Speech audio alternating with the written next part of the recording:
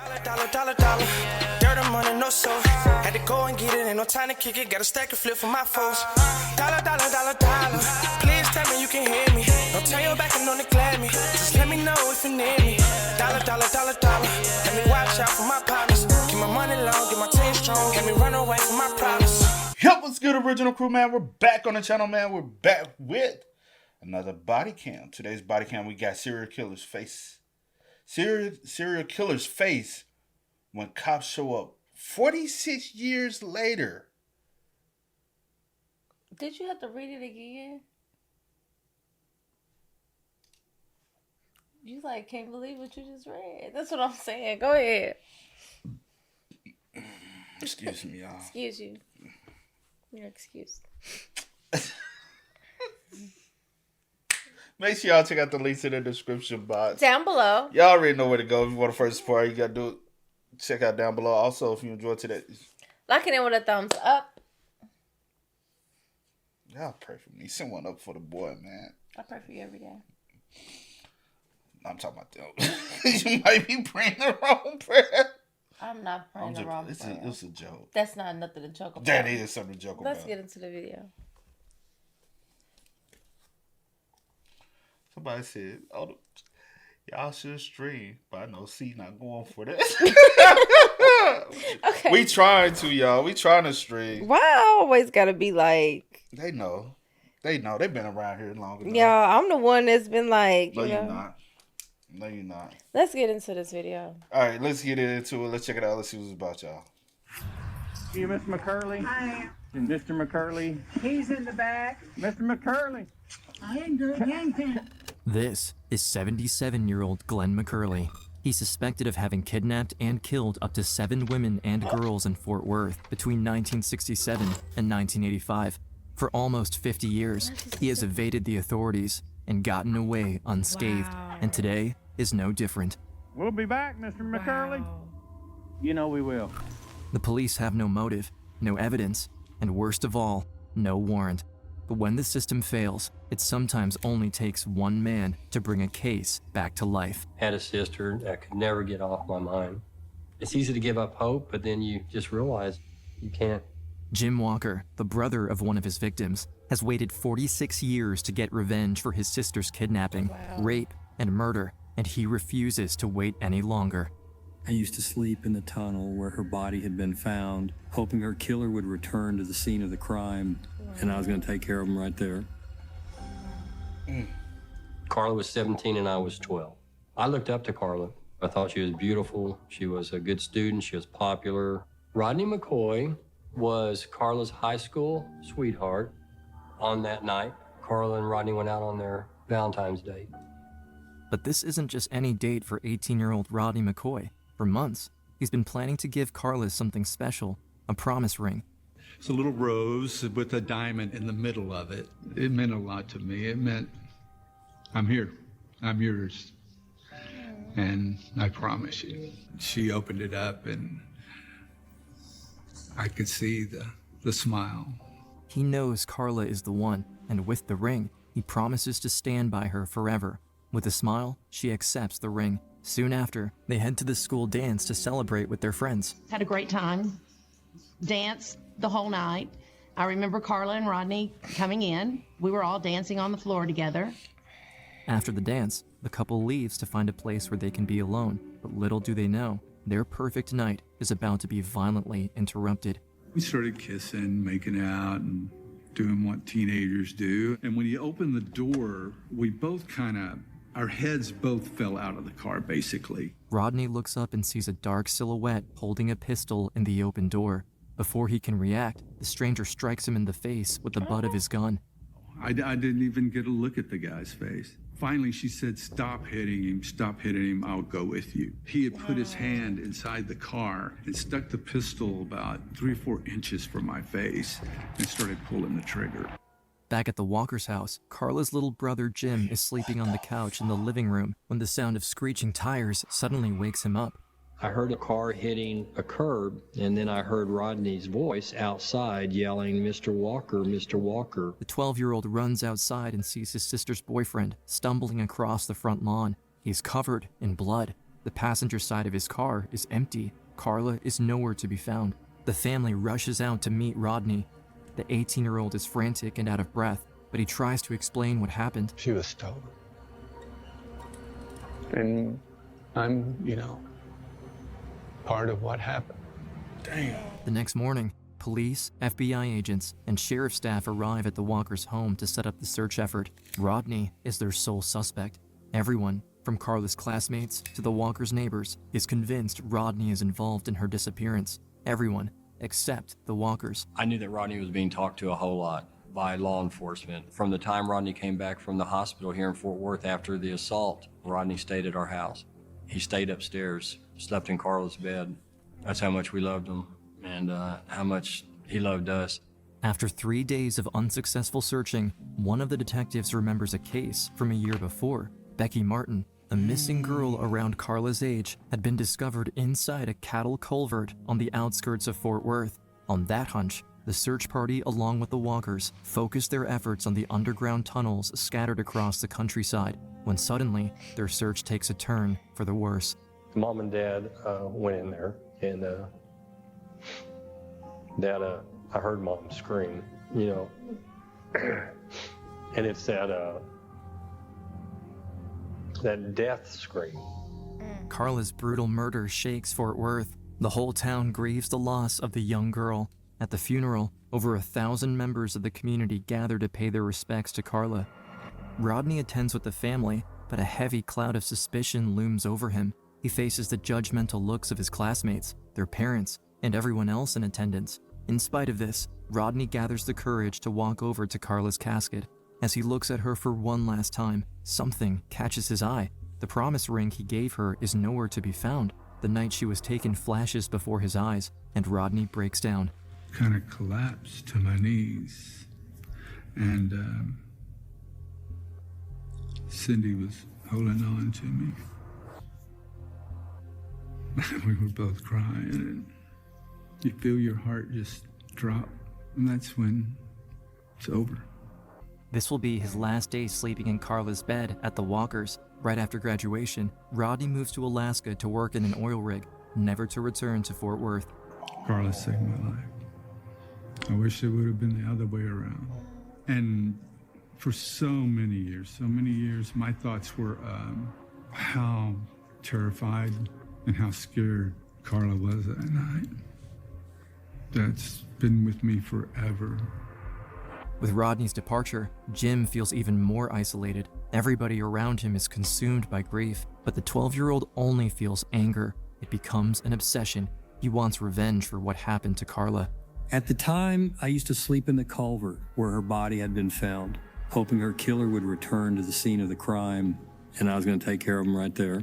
See, and I wanted to see it. I wanted to know if my sister was still alive when she went into that place, what she saw, what she smelled, how it felt. It was cold, but I just wanted to experience that. Neither Jim nor the police ever catch a glimpse of the killer, but he refuses to give up. He's convinced he can solve the case himself and applies to the police academy as soon as he's old enough. He's accepted, but something goes wrong during one of his exams. His vision is blurry, and it's only getting worse. Jim is eventually diagnosed with a rare genetic condition that throws a wrench in his future as a detective. He's going blind. Part of my life experience has led me to living with legal blindness. Prognosis is irreversible, and that it will probably only get worse. With Jim's career in law enforcement cut short, he begins to lose all hope of ever bringing his sister's killer to justice. All of his siblings eventually leave Fort Worth. Years turn into decades. Come 2020, Jim is the only Walker left in Fort Worth. It was a very dark time. My marriage was on the rocks. My dad had died.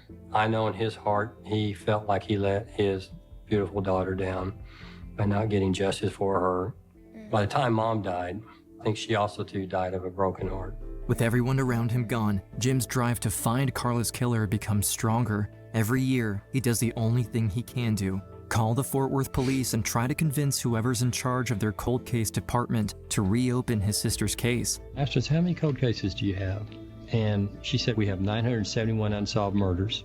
I said, man, my heart bleeds for all 971 of those families. But right now, I only care about one case. I said, whoever did this is either dead, dying, we're running out of daylight. And I said to her, I want the truth. At the other end of the line is Fort Worth Police Department's new cold case investigator, Detective Leah Wagner. When I saw what had happened to this young girl, the mother in me obviously, screams out, hey, this could be your child and that you really need to do something. Thanks to Jim's call, Wagner decides to reopen Carla's case. After 46 years of frustration and setbacks, hope is renewed. Jim has spent his entire life looking for a way to get justice for his sister, and now, with a new expert finally willing to work the case, he's ready to do whatever it takes to help. Had a sister that could never get off my mind. It's easy to give up hope, but then you just realize you can't give up hope. That's all you got is hope.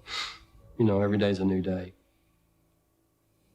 First, Wagner goes over the events of Carla's abduction on the night of the 1974 Valentine's Day dance. After the attacker struck Rodney on the head with the butt of his gun, his weapon jammed. As Rodney began to lose consciousness, the attacker started clearing his pistol. Realizing that the man was preparing to shoot Rodney, Carla stepped up, saying she'd go with him if he stopped hurting Rodney. She was doing what she thought she needed to do to make sure Rodney did not get shot.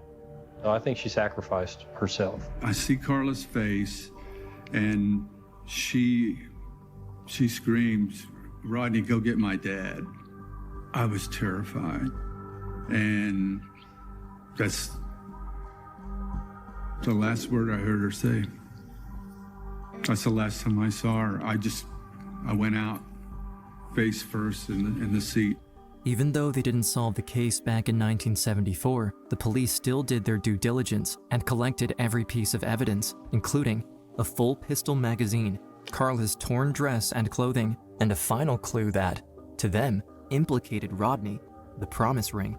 For reasons no one could explain, it had been pulled off her finger and left in the culvert next to her body. And to this day, we don't know how that ended up there, if it was purposely taken or if it was removed in a struggle. No matter what happened with the ring, Wagner refuses to fall into the same trap as past investigators. She is determined to find who actually killed Carla and exonerate Rodney, who has been living in exile after the backlash he endured as a suspect back in 1974.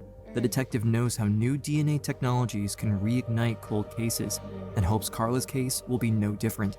All she needs is a sufficient amount of DNA. I really felt compelled to help this family in any way that I could. We went through every single piece of paper in those boxes. We knew that in 2009 we had some DNA come off the dress, so we fully believed that there was more. There had to be more. There was a single source, full male profile obtained off of Carla's bra. We were thrilled. We have something now that we can actually put into CODIS. Yet two things block her progress. First, at 5 nanograms, the sample is by far the smallest the detective has ever had to work with. Any and all manipulation carries a high risk of destroying the fragile genetic material. And second, the partial profile they identified doesn't match any of the criminals already registered in the database. And it's really only enough to exclude individuals. And so it's more of a working lead than it is something to clinch a suspect. So we had something to work with, we just didn't have enough. But Detective Wagner knows of a way to get more. A private laboratory south of Houston has developed a new technology to identify suspects using only small amounts of DNA. This technique would use up the entire remaining sample, and success isn't guaranteed. But Leah and Jim are willing to take that risk to get answers. We still had hope because we believed that there was somebody out there and we were definitely going to find out who it was. The gamble pays off. With the new DNA profile, Detective Wagner finally has a name, Glenn McCurley. She recognizes it right away as suspect number 22 from the 1974 investigation. Back then, police questioned every local owner of registered Ruger pistols after a loaded clip was found at the scene of the abduction. McCurley was one of them. He even took a polygraph and passed. But DNA doesn't lie.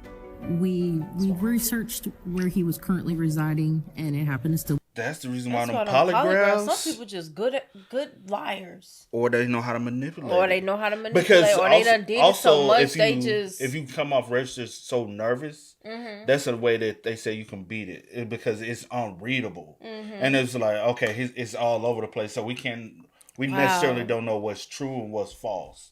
So my goodness. Some people know how to slow their heart rate down. Lie. We researched where he was currently residing, and it happened to still be in Fort Worth, only a couple miles away from the bowling alley. And so what we decided to do was have an officer go out there and talk with the residents of the house. You, Miss McCurley? I am. Mr. McCurley? He's in the back. He reacts jokingly at first, Mr. McCurley? I ain't doing anything. but his tone shifts once Wagner starts asking questions. Back in 1974, there was a young lady that got kidnapped from the bowling alley. We're re-interviewing everybody that was in the case, and we had seen at one point they talked to Mr. McCurley. I told her about the same story I told you. I said, well, you sure got the wrong fella, because I ain't never killed nobody. In order for us to eliminate you, the quickest way to do that is to get your DNA. Well, I think they've already gone through all that. But Glenn McCurley's wife... Why would they have gone through all that? That's 1974. They ain't had no fucking DNA testing back then.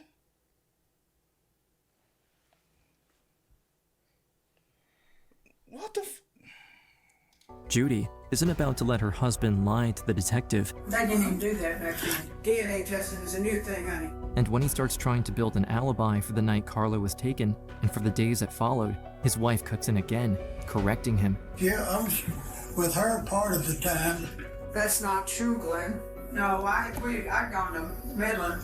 My parents still lived in Midland. McCurley has the right to refuse Wagner's request, but the detective won't let that deter her. Yeah, what you said? And he probably think my wife probably forgot because it's been so long ago. It's 46 years. She like, no, I ain't forget. I remembered around that time because that was a high impact situation. Yeah. And she like, no, I remember where I was around that time. You was not with me. He probably, man, don't do that. She like, I'm not your alibi. And I wonder, was she his alibi even back then? He probably is. There's no telling.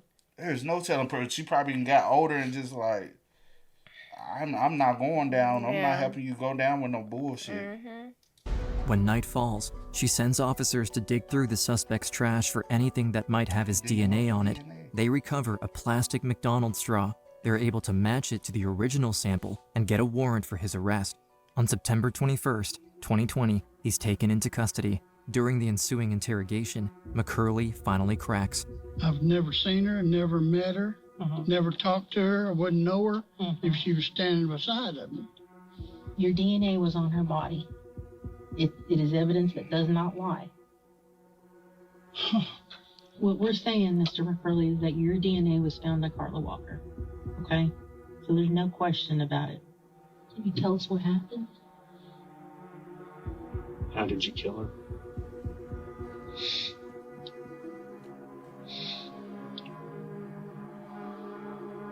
I guess choked her.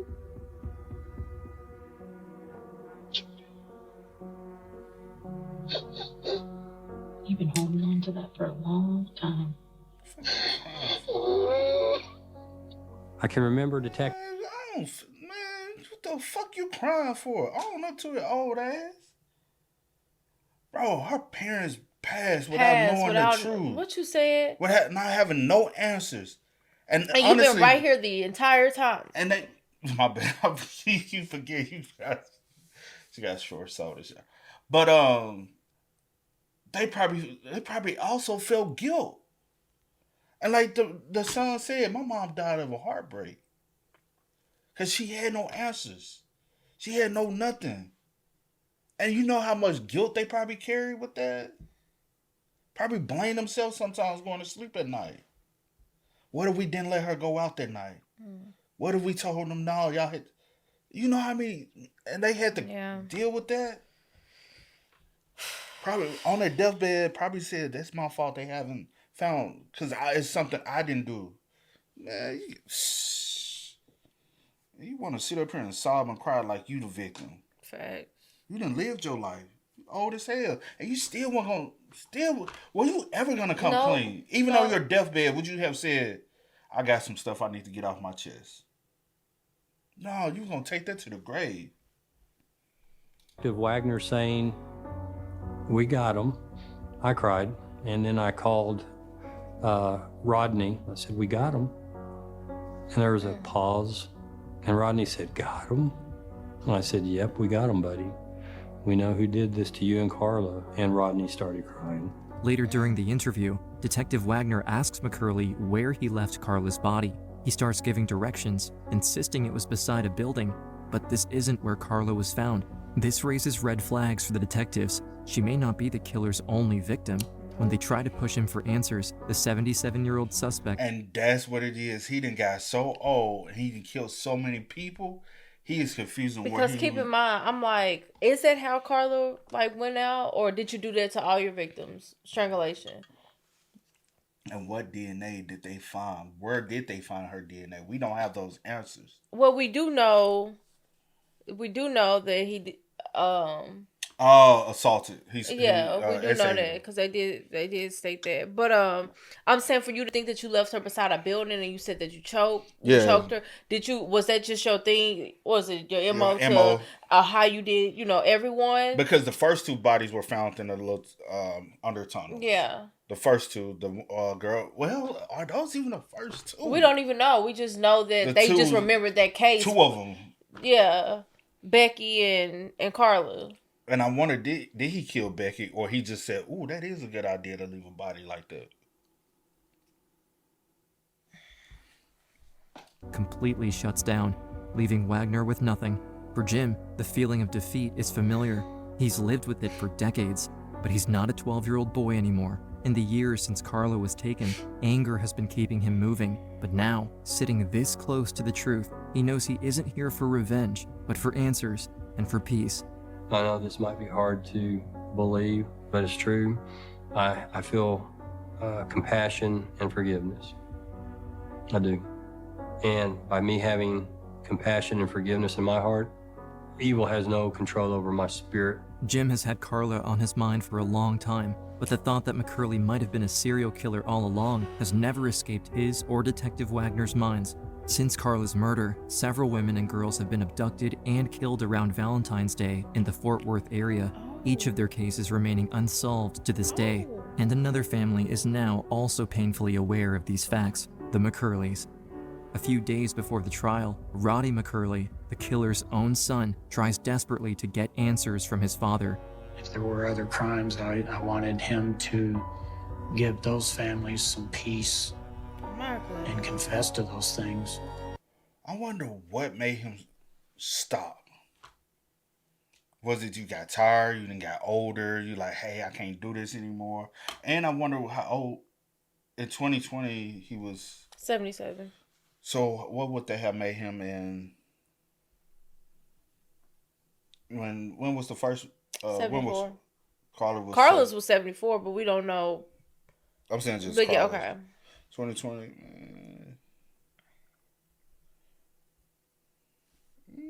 Was it wrong?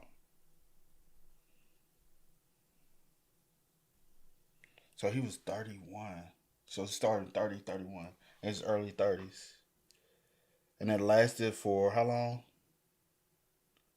I think he's in the beginning said in the 80s, right? 85. Damn. Oh, so from 67.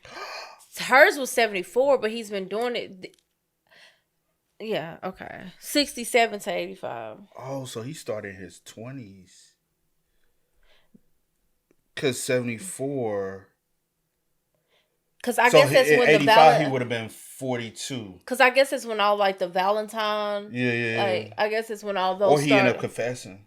Or he, Yeah. And they was able to date it back to the first one that had. And what's up with the 40s. Valentine's like? And his wife said she wasn't with him. She was gone. So does she normally leave during Valentine's Day, go back to her family? And I guess out of rage and anger, or just, or that's just your thing. Yeah. Because 67 to 74, that's a good time. You have been doing this.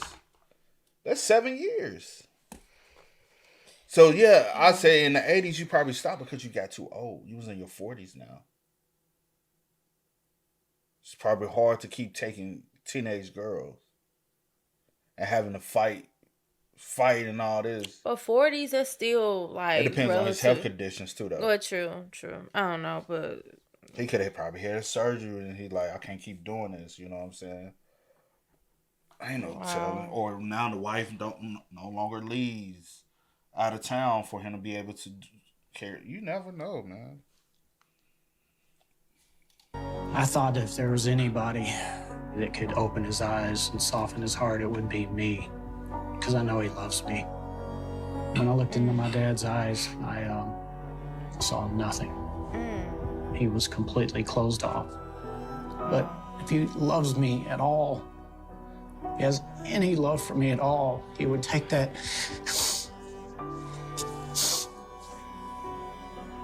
overwhelming weight off of me. That's what I want. Imagine how that feels as a kid, knowing your dad is a serial I want that peace.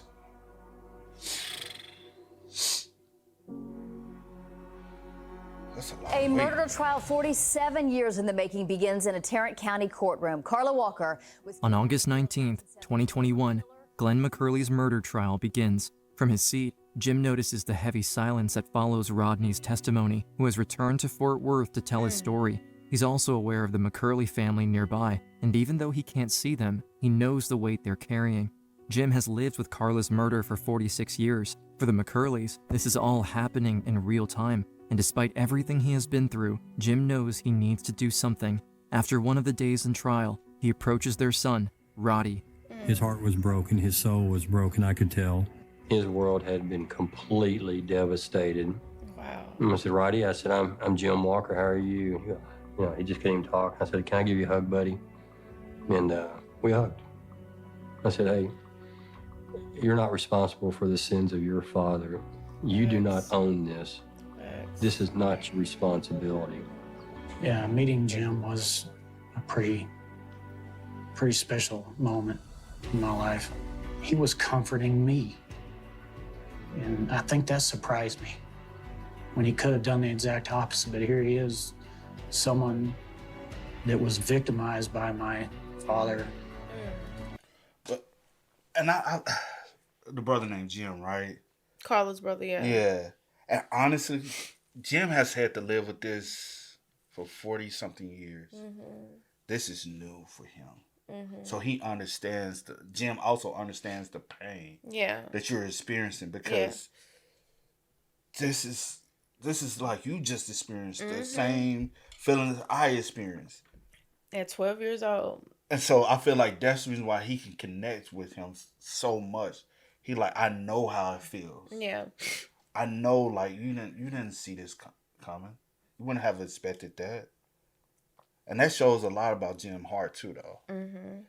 And y'all both live in Fort Worth. I want to have y'all, did they ever know each other? I don't think Fort Worth is that big. I think it's a bigger city, but it's not like a metropolitan. You know what I'm saying? I think it's a big, it's a community, but you never know. People might have crossed paths before. Mm-hmm. I want to have, I want to have Jim ever cross paths with, what's the dad name? I'm getting everybody mixed up. The killer. Glenn. I wonder, did he ever come across Glenn in the community? Who knows? That would be scary as hell, bro. Because they both live in Fort Worth still. Facts. Up until he got caught. They both are still be standing in line behind him in a grocery store. What you said, probably walked past him, probably smiled, had a conversation with him. Who knows? And that's the person that killed. Man. Yeah. He was comforting me. I realized Roddy was a victim, He saw someone in a dark, desperate place and said, I'm going to give that person love. The next day, Jim and Rodney sit next to the McCurleys. Together, all the victims and survivors form a united front. Roddy locks eyes with his father as the judge asks everyone to sit down. At that moment, something shifts in Glenn McCurley. He He quietly says a few words to his attorney, who then walks straight to the judge, and the court is immediately adjourned. After almost half a century, think about that. Time and evidence caught up with a killer today. The cold case mystery of who killed teenager Carla Walker in Fort Worth ended, and it happened suddenly. Here's our Jason Allen. Before a third day of testimony in his murder trial could even start Tuesday, Glenn McCurley stopped it. He changed his plea to guilty for killing 17-year-old Carla Walker in 1974. Judge Elizabeth Beach immediately sent him to prison for life, and families finally let emotions show in the courtroom. This was a lot of healing going on there today for not just me and my family, but our whole community. He hung a cloud of suspicion on me for all those years. I mean, that's torment. To mark the end of the case and Rodney's return to Fort Worth, Jim and Wagner prepare a surprise for him. They returned something he lost 46 years ago. Rodney, on behalf of the Fort Worth Police Department and the Walker family, we'd like to give you back Carla's ring so you can have a piece of it. I'm indebted to them forever. What they did for me is pretty amazing. Wow, so much. I remember. And just imagine how many people up until the trial, or up until they called him. Called Glenn. All these years said Rodney did that. Probably in the background, man. Like I probably tell and people like this about like all of this. He got away with it. And he we killed know that girl. it. We know it was him. And he right after they buried her, he fled. Nobody ever seen him ever again. You know, we come from small towns like that. We know how they gonna talk about him. Facts. This whole time, he's always been looked at as a killer. Man, that's a lot of weight to carry. Facts. It really is. Pretty amazing. Wow, so much. I remember exactly. So unexpected. That was so heartfelt. I got a little piece of my heart back, and it just means so much to me. Today, Jim remains close friends with not only Wagner and You said what? I was trying to see if he had like a ring on. I said, did he ever like marry after? You never know, because he carried that. He carried so much. He carried guilt of blaming himself. Yeah. He carried the burden of everyone thinking it was him who did it. Mm-hmm. Also, he fled and left family. Yeah. This is his community as well. Facts. Like, that's a lot of burden for almost 50 years he has had to carry. Especially at such a young age. 18. Like, yeah. Today, Jim remains close friends with not only Wagner and Rodney, but also with Roddy McCurley. Jim stands by Roddy, helping him find peace and acceptance for his father's crimes and move forward with his life, just as he already did for himself. I don't know what I would do without the relationship that I have with Jim. You never know why God puts people in each other's paths. I wish it was for another reason, but I'm happy that we did. Love you, bro. Love you too, man. Glenn McCurley, now dubbed the Valentine's Day Killer, is suspected of having killed between 4 and 7 women and girls in and around Fort Worth between 1967 and 1985. To solve these crimes and countless other cold cases with insufficient DNA samples, police need new resources to access advanced forensic technology. In Congress, Texas Senator John Cornyn is pushing a bill named after Carla Walker. Walker was abducted and killed in 1974. It wasn't until 2020 when advanced DNA technology helped investigators find her killer. Now Cornyn is pushing the Carla Walker Act, which would help fund similar technology and solve more cases just like hers. We lost Carla, but because of what happened to Carla, we're going to be able to take a lot of bad people off the streets. That's our goal now, is to help other Carla Walker families. There's other families out there just like ours. Ours is no more important than any other family. I hope that Carla was happy. And she knew we didn't give up.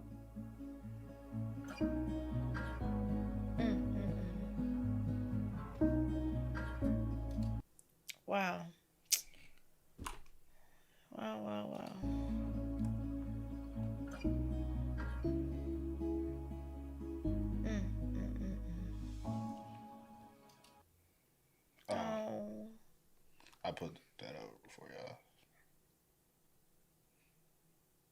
Rest in peace to every single. So.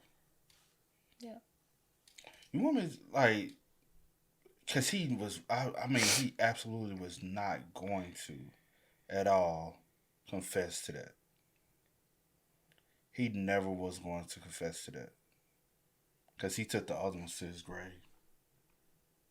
He was never going to reveal that he did those crimes. Because you pled guilty because you saw the pain in it. Why not just say, own up to all of it? You know you... Because that's no coincidence that all... You know what I'm saying? Also, the first one's name was Mildred. Mm-hmm. And then Becky. Yeah, and then Becky. And then... Then Carla. Because if you look at the ages, right?